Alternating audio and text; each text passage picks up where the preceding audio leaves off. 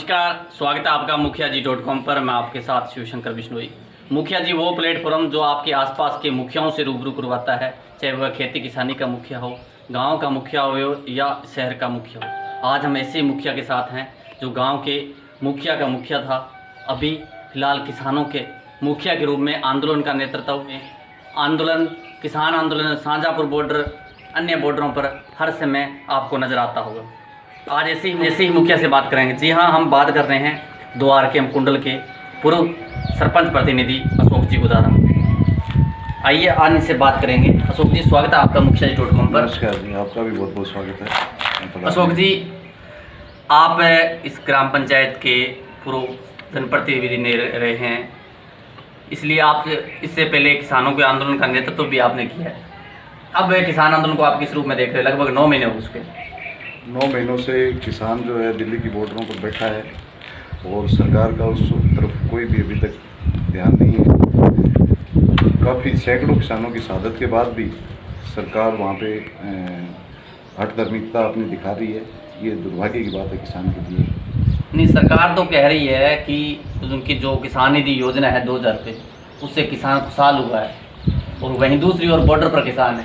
तो किसान निधि और किसान खुशहाल और किसान बॉर्डर पर क्या कहेंगे? कहाँ किसान को खुशहाल हुआ है जी?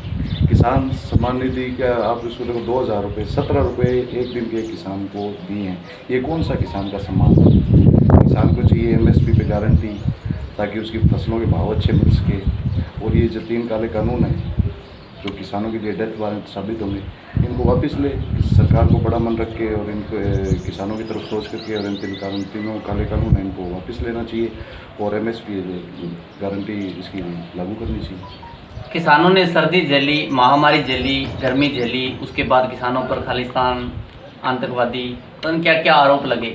26 जनवरी का उस पर देश से गद्दारी के आरोप भी लगे। क्या कहेंगे 26 जनवरी वाले? अब लगभग 9 महीने हो चुके हैं। 26 जनवरी की जो घटना थी, जो संयुक्त किसान मोर्चा है और हम भी जो भी हैं किसान हित की बात करते हैं, आज भी ये कह रहे हैं कि उसकी सही तरीके से सरकार ईमानदारी से उसकी जांच करवाई कि कौन थे वो लोग, और जो दोषी लोग थे उनको सज़ा दे। वो एक सरकार का ही रचा हुआ षड्यंत्र था, क्योंकि जो किसान 8 लाख 9 लाख किसान वहाँ पे, 3 लाख ट्रैक्टर वहाँ पे जब दिल्ली की ओर मूव किए थे, तो दिल्ली के अंदर कुछ भी हो सकता था, लेकिन किसान नहीं चाहते थे कुछ भी।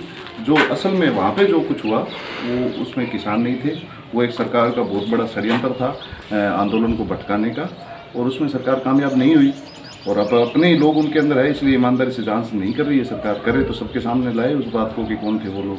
आंदोलन में राजस्थान की क्या भूमिका है, या फिर यूँ कहें आपकी क्या भूमिका है? क्योंकि आजकल आप RLP में खूब चर्चा है आपकी।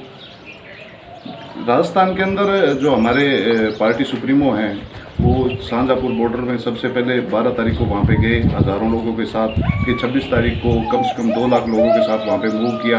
आज भी वो किसान हित की बात करते हैं और इस आंदोलन को पूरी तरह से समर्पित है।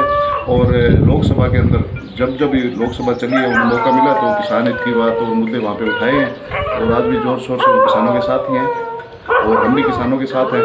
जब जहाँ किसान को ज़रूरत पड़ती है वहाँ हमारी उपस्थिति रहती है, और हम चाहते हैं कि हमारी इच्छा यही है कि किसान खुशहाल हो और हम किसान के लिए संघर्ष करें। इसके लिए प्राण भी न्यौछावर करने पड़े तो हमारे लिए कोई बड़ी बात नहीं। ये तो थी देश भर के किसानों की समस्या। अभी देखें लोकल स्तर पर किसानों का एक मुद्दा है IGNP का प्रथम स्तर। जी, इसको लेकर क्या कहेंगे? पहले पानी नहीं मिला, अभी रेगुलेशन नहीं है, पानी बीच में ही पीने के पानी की चर्चाएं हो रही है। तो एक फसल किसानों की जा चुकी है और दूसरी सर पर है, इस पर क्या कहेंगे? देखो, ये दोनों जो BJP और कांग्रेस का जो गठबंधन वाली सरकारें हैं दोनों आपस के अंदर, उनकी नीयत में खोट भरा हुआ है। गठबंधन कैसे अलग अलग है? बिल्कुल नहीं, आप कहाँ अलग अलग है बताओ आप? दोनों आप अलग अलग कहाँ है? किस तरह से आप किस एंगल से देख रहे हो? विपक्ष सही नहीं। आप ये बताओ मेरे को, पीछे से चाहे कोई भी मुद्दा हो, किसान हित का हो और हो, आप दोनों आज आपकी विपक्ष की भूमिका में आप बता दीजिए। आप पत्रकार मतलब है कि एक ही सिक्के के दो पहलू। बिल्कुल है। आपने विपक्ष की भूमिका निभाते हुए दोनों पार्टियों में किसी को देखा है क्या आज तक? आज बताओ, आप जनप्रतिनिधि क्या कर रहे हैं? यहाँ के जो ये जो इलाका बिल्कुल उजड़ गया है, यहाँ के जनप्रतिनिधि को आपने कहीं देखा क्या? अभी कुछ जब कांग्रेस का टाइम होता है और पानी नहीं मिलता है तो बीजेपी के लोग आंदोलन में उतर जाते हैं और बड़ी बड़ी बातें करते हैं। जब बीजेपी की सरकार आती है तो कांग्रेस के लोग आंदोलन में उतर जाते हैं, बड़ी बड़ी बातें करते हैं। यहाँ पे पीछे जब बीजेपी की सरकार थी तो सचिन पायलट जी यहाँ आए थे और यहाँ पे बहुत बड़ा वो किया था कि हमारी सरकार आएगी तो हम ऐसे कर देंगे, वैसे कर देंगे, आसमान से तारे तोड़ के लाएंगे। अब आ गया टाइम, लाओ। अब यहाँ के जो किसान है वो टकटकी लगाए हुए बैठे हैं, जाओ और लाओ आसमान से तारे तोड़ के। लेकिन किसान तो वहीं का वहीं है, बर्बाद। क्या किसान, या आप जवाब देंगे, क्योंकि अभी फिलहाल है आईएनपी में पानी का चर्चाएं भी है और चुनाव की चर्चाएं भी है। अपने डायरेक्टरी प्रधान के चुनाव बाकी हैं जो कोरोना काल के स्थगित हो गए थे, अब दोनों की चर्चाएं। क्या पानी मिलेगा चुनाव की वजह से या फिर आंदोलन ही होंगे? यहाँ पे जब तक ये दोनों पार्टियों का सफाया नहीं होगा, यहाँ पे किसान के साथ हमेशा अहित ही होता रहेगा। क्योंकि अब देखिए आप कितना बड़ा दुर्भाग्य की बात है, अब डैम पर जम के बादल बरसे, वहाँ पे पानी को पाकिस्तान भेजा गया है। क्या ज़रूरत थी पानी को पाकिस्तान भेजने की? आज डैम के अंदर पानी की स्थिति अच्छी होती, आवाक अच्छी रही है।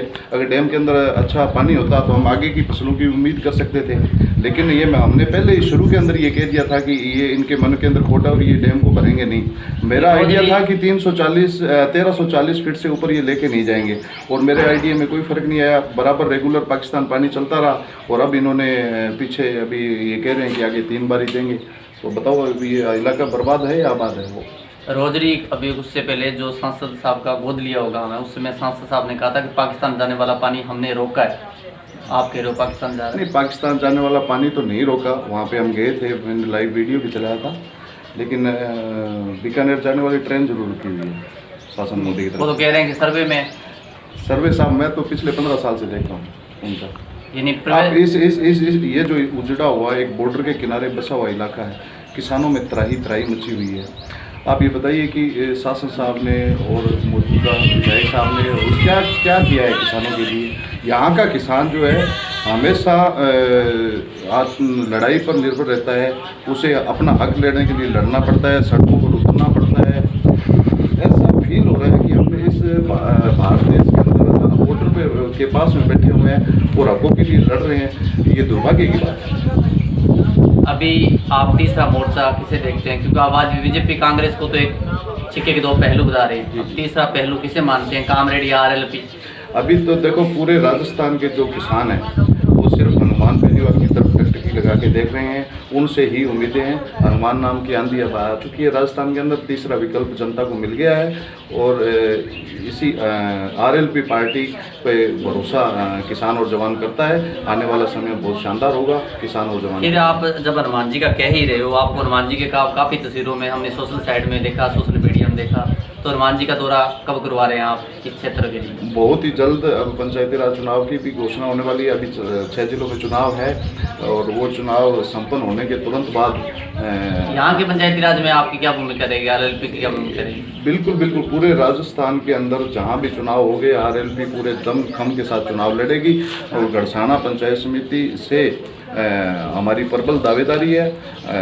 जो भी पहली सभा इस ज़िले के अंदर होगी वो रोजड़ी के अंदर हनुमान जी बेनीवाल की सबसे बड़ी सभा होगी।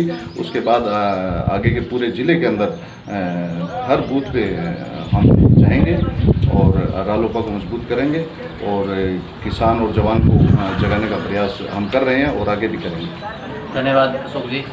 धन्यवाद। ये थे हमारे साथ DORKM कुंडल से अशोक गोदारा, जो कि पंचायती राज चुनाव में भी प्रमुख चेहरा माने जा रहे हैं, क्योंकि वे अक्सर किसानों के साथ नज़र आते हैं। इसके बाद उन्होंने भी किसानों की बातें भी की, आरएलपी की बातें की, उन्होंने जल्द रैली हनुमान जी बेनीवाल की पंचायती राज चुनाव में कराने की बात कही।